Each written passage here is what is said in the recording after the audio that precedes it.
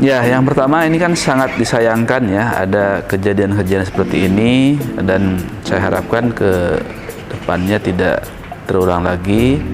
Dan memang untuk menjaring wisatawan yang baik-baik saja kan memang agak susah ya, karena untuk masuk ke negara kita kan tidak perlu kelakuan baik atau SKCK. Jadi kan yang penting di imigrasi ada visanya, ada paspornya, kemudian tidak membawa barang-barang yang dilarang, dia masuk. Nah, tapi karakter daripada wisatawan asing itu kan kita tidak tahu.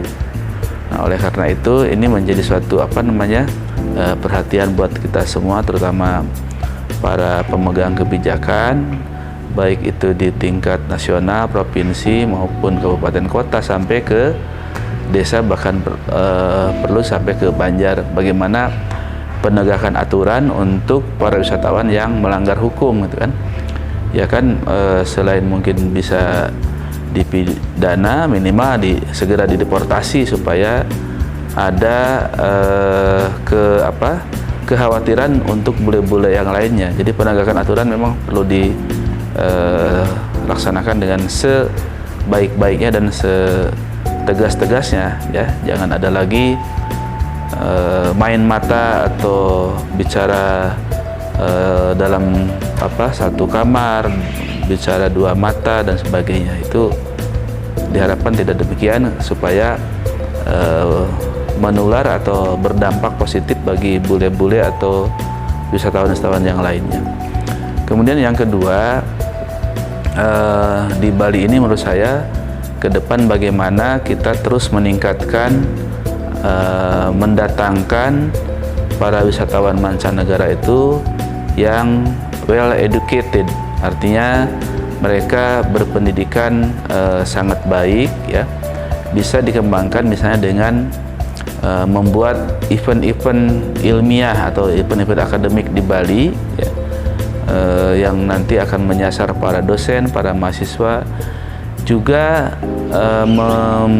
meningkatkan atau mengembangkan edukasi-edukasi di Bali ini untuk orang asing, sehingga yang datang ke Bali ini harapannya nanti bisa lebih baik lagi karakternya ya.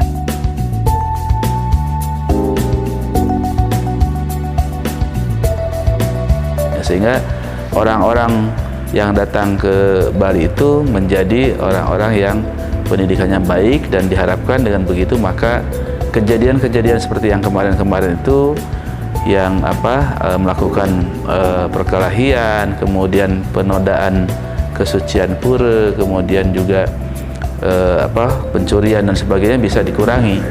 Dan itu sangat mungkin karena siapapun di mancanegara ini kan pasti ingin ke Bali. Nah, tinggal sekarang perhatian dari pemerintah dan juga yang terkait, khususnya para pimpinan perguruan tinggi, untuk membuka program-program baik short course atau misalnya kursus atau seminar atau lokakarya yang bersifat internasional yang melibatkan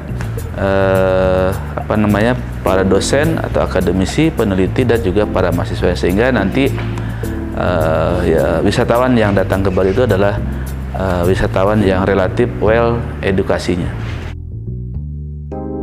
Mereka bekerja di sini, kemudian memakai visa turis atau memakai visa liburan, dan ini tentu saja kan tidak dibenarkan. Nah, ini juga yang perlu dikembangkan di masa depan, bagaimana memfasilitasi atau mengakomodasi kemajuan-kemajuan zaman ini, kemajuan digitalisasi ini, hal-hal seperti ini ya. Sama seperti dulu misalnya kita memasang iklan di berbagai sosial media, berbagai platform yang ada di digital itu kan hampir tidak kena pajaknya. Nah, sekarang sudah mulai Kementerian Keuangan menerapkan pajak-pajak yang dibebankan, misalnya pajak pertambahan nilai atau pajak penghasilan yang dibebankan kepada pemasang iklan di sosial media. Nah, kemudian juga dikaitkan dengan masalah pekerjaan atau bule yang bekerja atau wisatawan yang bekerja dengan menyalahgunakan visanya ini, maka juga ini perlu perhatian daripada pemerintah, segera atur regulasi. Misalnya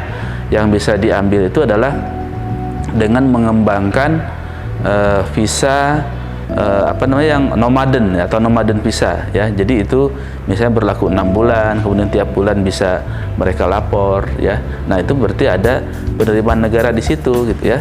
Kalau sekarang kan misalnya dia menggunakan visa holiday kemudian dia bekerja di sini kan tidak terdeteksi.